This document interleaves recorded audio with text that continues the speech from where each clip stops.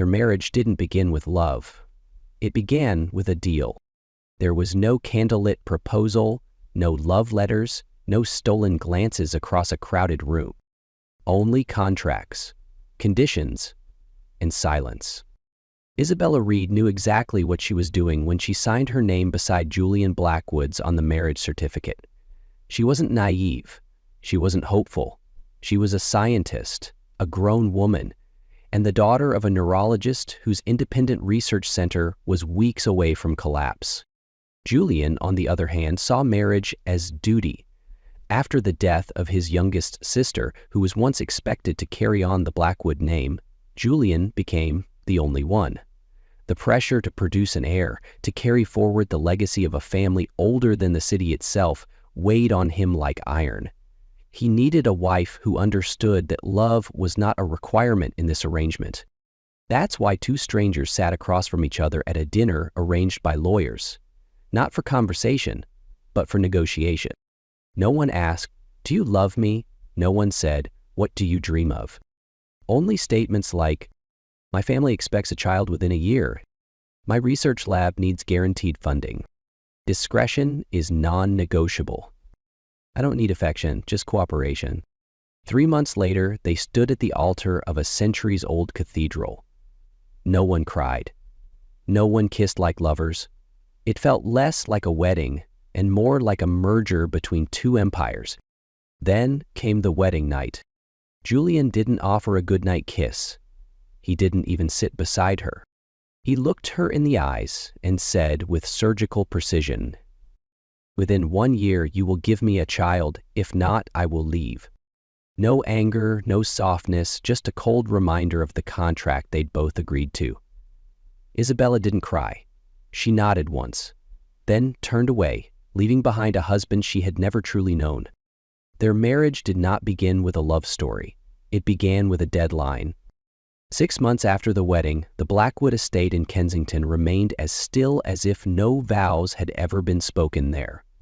Every morning, Isabella woke at 5 a.m., brewed her coffee, recorded her data, and quietly descended into the basement where she had turned an old storage room into a private research lab.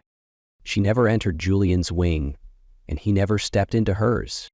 There were no fights, no tenderness, just clipped, emotionless exchanges like administrative memos between two CEOs. "I'll be away this weekend. Do you need the driver?" "No, I'll walk." "All right." Julian Blackwood was the epitome of English aristocracy, polished, composed, and as distant as a marble statue in a museum. He appeared at dinner, ate quietly, then vanished. Sometimes Isabella felt less like a wife and more like a carefully placed object, polished, present, and politely kept out of reach. What troubled her most wasn't the coldness. It was the brief, flickering moments when he looked at her, not with cruelty, but with something unspoken, almost vulnerable, before retreating again behind his perfect mask. One winter evening, snow blanketed the city. Isabella returned late, arms full of research folders. She didn't expect Julian to be standing on the porch, no coat, no tie, just a white shirt and a glass of whiskey in hand. "Late," he said, not accusing, not even curious. She paused, nodded, said nothing. He glanced at the folders. "Still working on brain trauma cases?" She nodded again. He gave a small, genuine smile, free of sarcasm. "I think I'm living with one that no one's managed to heal." She didn't respond, but that night, for the first time, Isabella lingered in the sitting room. They said little, just sat together, watching frost gather on the window pane, and for a fleeting second, he didn't feel so far away. A week later, she collapsed in her lab. Julian was the one who found her. He carried her, his first physical touch since the wedding night. She woke in the bedroom, saw him sitting beside her, worry etched into his face. "You haven't eaten in 2 days," he said softly, not scolding, just remorseful. She tried to sit up. "I forgot." "Don't forget yourself for your work," he murmured. "I didn't pay for you to die in this house." The words were clumsy, maybe careless, but they caught something in her throat. She turned away, silent. And for the first time, he didn't walk away either. From that day on, breakfast trays began to appear outside her door. Tiny notes attached. Don't skip meals. No signature, no explanation. They still lived like parallel universes. But something had shifted. Something barely visible, like the first snow resting gently on the windowsill. Not enough to melt, but enough to know that winter had come. And spring might, just might, follow. It was a mid-January night, and the wind from the Thames cut through London like glass. The sky was pitch black, no moon, no stars.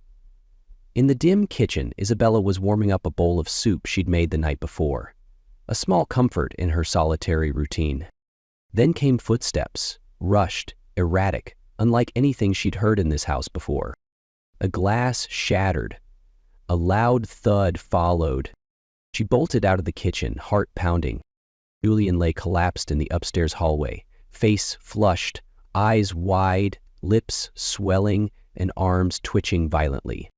She didn't think. She ran to him, checked his pulse, faint, his breath gasping. Anaphylactic shock. "Julian!" she shouted, rolling him onto his side to clear his airway. Her mind shifted into medical mode. She raced to her room, grabbed the emergency kit she always kept from her hospital days, a personal epinephrine injector. No time for panic, no space for fear. She injected the medication, monitored his heart rate, kept talking to him, anything to keep him conscious. Minutes passed, his breathing slowed, his skin paled, but he lived. Julian woke to a dim room and a pounding head. His throat burned. Isabella sat beside him, hair tousled, face damp with sweat. "You," he rasped, "you saved me." She didn't meet his gaze. "You had a severe nut allergy. Who eats cake without checking the ingredients?" He gave a hoarse laugh. "I forgot. I don't remember the last time I cared about myself." For the first time in months under the same roof, they looked at each other as people, not roles, not obligations. "Have you always had this allergy?" she asked. "Yes, since I was a child. But after my sister died, I stopped eating the things she loved. The cake tonight, it was from our new housekeeper. She didn't know." "Your sister?" Isabella asked gently. "Amelia?" he whispered. "She fell down the stairs when she was 12. Severe brain trauma. Died 3 weeks later. After that, my mother fell into depression. My father buried himself in the firm. And I became the only heir. I had to be strong, perfect. No room for weakness. No room for breaking." Isabella's hands clenched unconsciously. "I studied brain trauma because of a boy I couldn't save when I was 19. A cycling accident. He died. I felt I wasn't good enough. So I started, and I never stopped." Julian looked at her, his gaze softening. "So we're both living to fix something we couldn't save." That night, there were no kisses, no embraces. But the invisible wall between them seemed to thin, worn down by the very wounds they never meant to share. 2 weeks later, Julian invited her to dinner for the first time since their wedding. It was a simple meal. Soft pasta, red wine, and candlelight. Isabella wore a modest dress, no makeup, but her eyes no longer held wariness. "Thank you for that night," he said quietly. "I'm just glad you're alive," she replied. "Not just for saving me, but for not walking away." There was silence. Then Julian asked, hesitant, "If you could go back, would you sign the contract again?" Isabella stared at him for a long moment. "If I had known that beneath all that coldness was a heart still hurting, maybe I would have signed, but I'd negotiate better terms." Julian chuckled. "What, breakfast in bed every morning?" She tilted her head, half teasing. "Or at the very least, an honest gaze." They laughed, a small sound, but the first laughter to echo through that too-quiet house. That laugh had been small, frail like morning mist, but it left something behind in Isabella, warmth and fear, because she knew that once the heart begins to feel, the mind will be tested. A few days after that dinner, Isabella stood in the bathroom, a pregnancy test in hand. She was nearly 3 weeks late, but had been in denial. Exhaustion, stress, sleepless nights, there were many explanations. But deep down, she already knew. And when the 2 pink lines appeared, she just stood still. No joy, no panic. Pregnant, not with 1, but with 2 lives. At her 8-week scan, the doctor confirmed it's twins. 2 tiny heartbeats echoed from the screen, and for the first time in a long while, Isabella cried in a clinic room. Not from fear, but from awe. She stepped out, holding the scan in her hands, sat in the car and placed a hand over her belly. Her thoughts swirled. She saw Julian's face, his softened gaze over dinner, the first true smile after months of coldness. And then, like a thunderclap, 1 year to give me a child, or I'll walk away. The ultimatum returned, louder, clearer than ever. Isabella tightened her grip on the folder. She couldn't tell him. Not now. She began to pull away. No more shared dinners. No more morning notes on breakfast trays. She blamed work, her health, stayed silent through it all. Julian noticed, but he didn't push, didn't question. He simply watched. One night, while searching for an old medical text in the estate's library, Isabella found a locked drawer in Julian's office. Curiosity stirred. She found the key on his desk and opened it. Inside were legal documents, correspondences, and a thick file stamped with her father's name, Dr. Richard Reed. Her hands trembled as she opened it. She had no idea that 17 years ago, her father, once a leading figure in neuro research, had been sued by Blackwood and Sons for unethical human testing in pediatric brain trauma. Julian had been 16. The lead plaintiff, his father, Harold Blackwood. The case had ruined her father's career. Funding pulled, reputation shattered. Isabella had believed it was poor financial decisions, bad luck. She never knew it had been a strike delivered by the very family she now belonged to. She placed the file down. Her eyes were dry.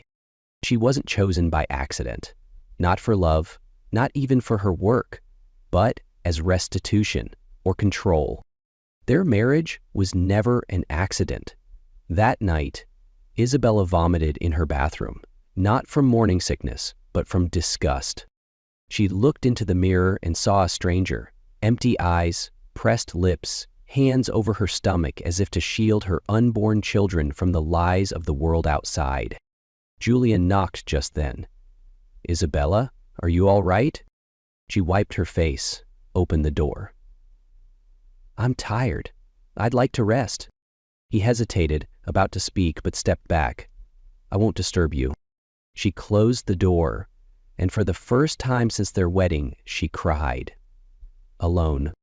Not because she was broken, but because she had started to love, and realized that love had grown from the roots of a long-buried betrayal. Love had sprouted from the cracks of old wounds, but when its roots took hold in lies, Isabella knew what she carried could no longer survive in silence. The day Isabella decided to leave, London wore a light rain. Not heavy, just enough to coat the windows with quiet drops, the same way she had existed in this house for nearly a year, silently, without a trace. She packed without a word. Not much, just a few clothes, 1 folder of medical files, and 2 copies of the twins' ultrasound. She left 1 copy on her vanity beneath a slim envelope written in neat, steady handwriting. "You wanted heirs. I've given you 2. The contract is fulfilled. I will raise them with love, not legacy. Isabella?" There were no more tears. She had cried all she needed that night in the bathroom when she realized that every tenderness Julian had shown was the surface of a deeper iceberg named obligation.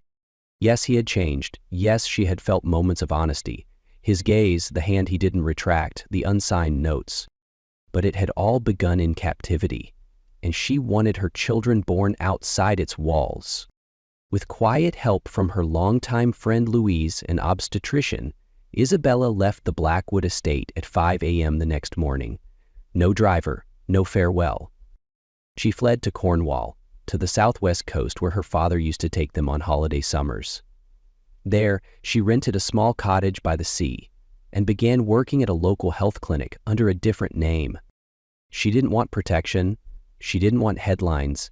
She just didn't want to be found. 9 months passed like ocean winds. Isabella gave birth to 2 healthy boys, Leo and Elias, both with storm gray eyes like their father. When the nurse placed them on her chest, she cried. Not from pain, but from knowing she had just stepped into a new world with 2 hearts that fully belonged to her. Julian discovered she was gone that same afternoon.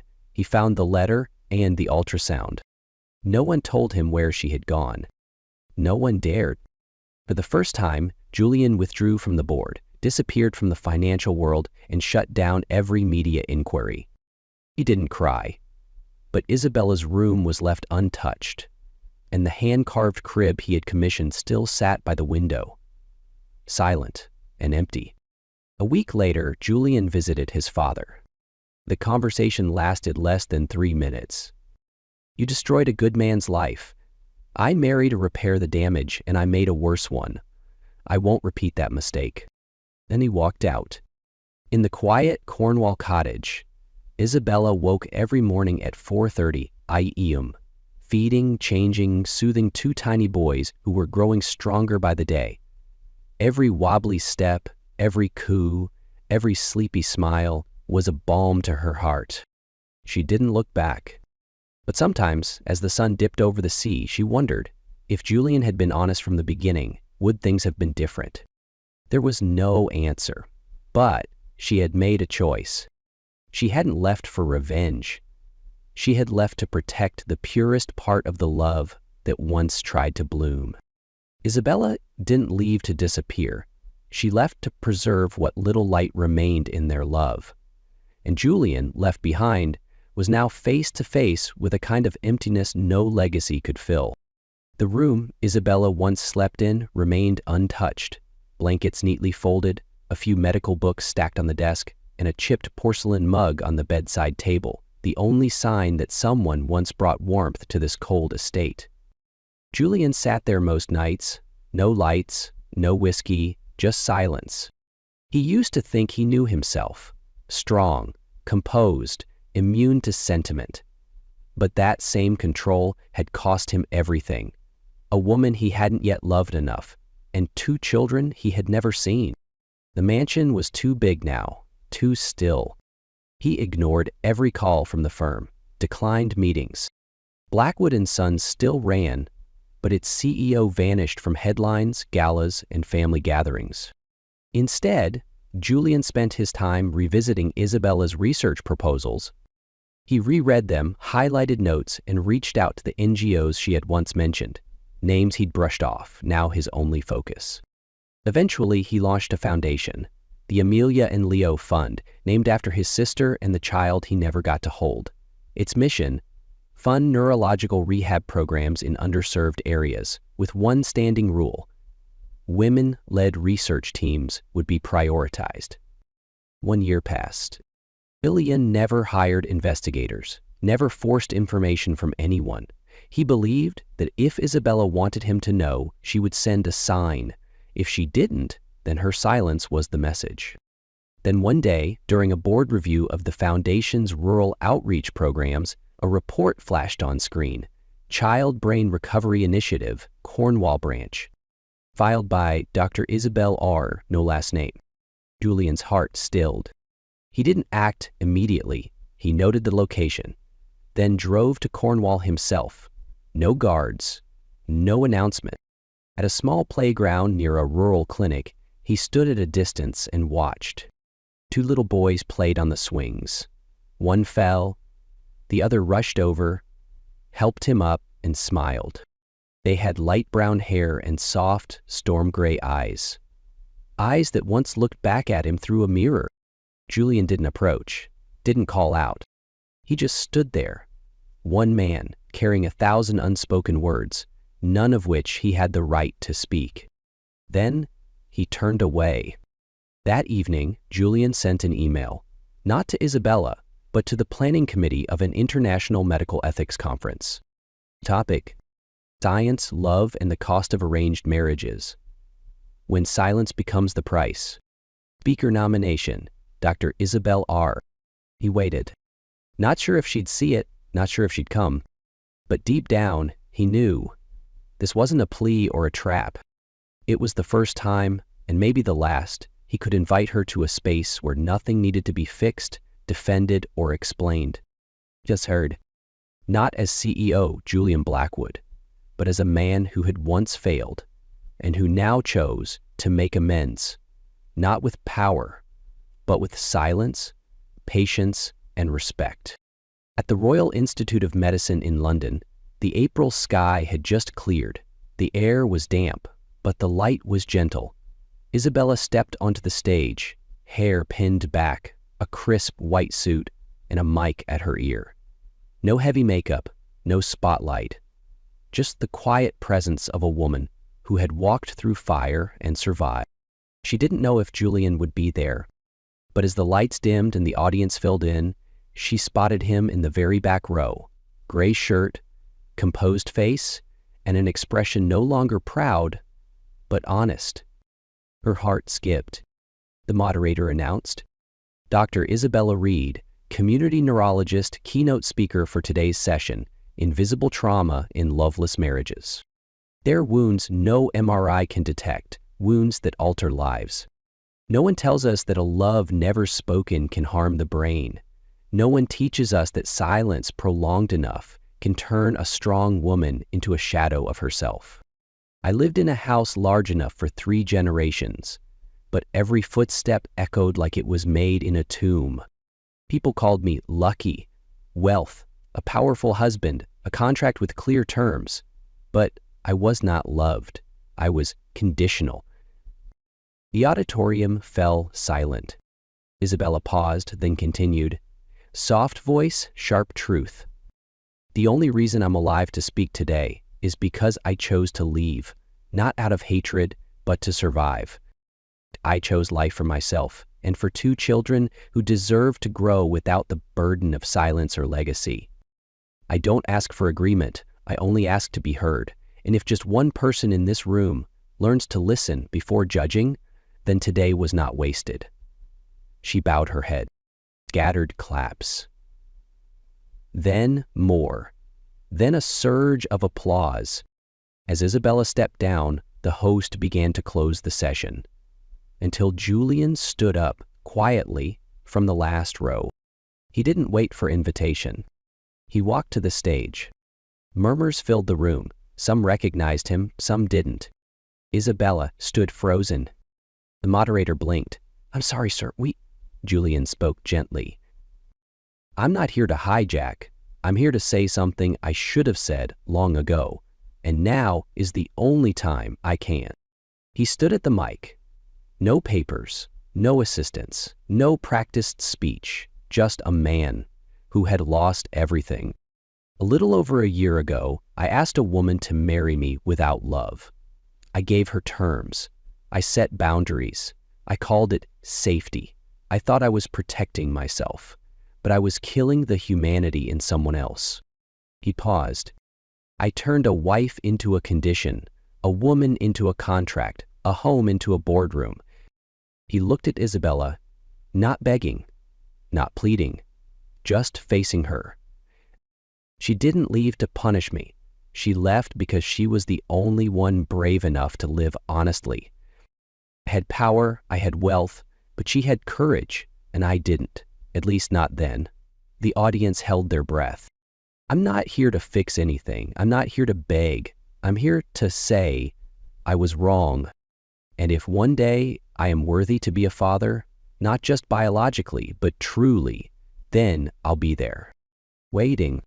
He stepped away, bowed, walked off stage. No one clapped. No one stopped him. Only silence remained. But it was no longer dead silence. It was the silence of truth finally spoken. Isabella stood still, clutching her bag strap, because the man who walked off that stage was no longer the man she married. But maybe, just maybe, he was the man she should have loved all along. Julian stepped off that stage with nothing left to hide, while Isabella remained rooted, tired of holding everything in. In that single moment, amid hundreds of eyes, there were only two hearts, one unarmored, one unlocking. 3 days after the conference, Isabella returned to Cornwall. Everything was the same: the little seaside cottage, her son's laughter echoing in the yard, and the tea kettle whistling each morning like life reminding her, it goes on. But something inside her had shifted, not because Julian apologized, but because, for the first time, he didn't ask to return. He only asked to be heard. And that made her think of him. That night, as Elias battled a mild fever from teething, Isabella sat by his crib, cool cloth in hand, eyes drifting to the moonlit ocean outside. And in that moonlight, she remembered Julian's eyes on stage, raw, unguarded. Part of her was still afraid, still cautious, but the woman who had once seen kindness behind his cold exterior couldn't pretend she hadn't seen it now. The next morning, she wrote a short letter. No explanations, just one line. If you truly want to meet them, not to demand, but to be present, come to the South Shore Cliffs at 5 p.m. this Sunday. She asked a friend to hand-deliver it to the Blackwood Foundation office. She didn't know if he'd still be there, but if his change was real, he would come. Sunday afternoon. The sky was soft gray, the sea still. Wind whispered, but didn't chill. Isabella stood at the cliffs, hands in coat pockets, eyes fixed on the horizon. The boys were home. She didn't know which version of Julian might show up, the father, the man, or another retreat. Then, down the muddy path, a lone figure appeared. Heavy coat, muddy boots, no guards, no car. Julian, he stopped a few feet away, waiting. She looked at him. You came. He nodded. I didn't want to miss the first chance I might finally get right. Silence stretched, not heavy, but necessary, like space left between two breaths. Isabella spoke first. They don't need a legacy. They need presence, not from a successful man, but a father who can sit on the floor and build blocks with them. Julian's voice was steady. I don't know how to be a father, but I want to learn. If you'll let me. She nodded slowly, no smile, but her eyes softened. They're home. If you'd like, you can start with bedtime stories. For the first time in nearly 2 years, Julian smiled. Not his public smile, a real one, quiet and warm. I do a very convincing bunny voice. She chuckled, soft, unexpected, not enough to erase the hurt, but like a cracked window in winter, enough to let the light in. That evening, Julian sat cross-legged on the floor, Leo on one side, Elias on the other, both watching the strange man curiously. He fumbled through a picture book, made a silly bunny voice, and both boys burst into laughter. From the doorway, Isabella leaned against the frame, clutching a throw pillow, watching silently. She knew life wouldn't restart from zero, but forgiveness didn't require forgetting. Forgiveness, sometimes, was just saying yes to letting someone walk with you again. And that night, when Julian whispered goodnight, his real voice, no performance, she knew. Forgiveness had begun.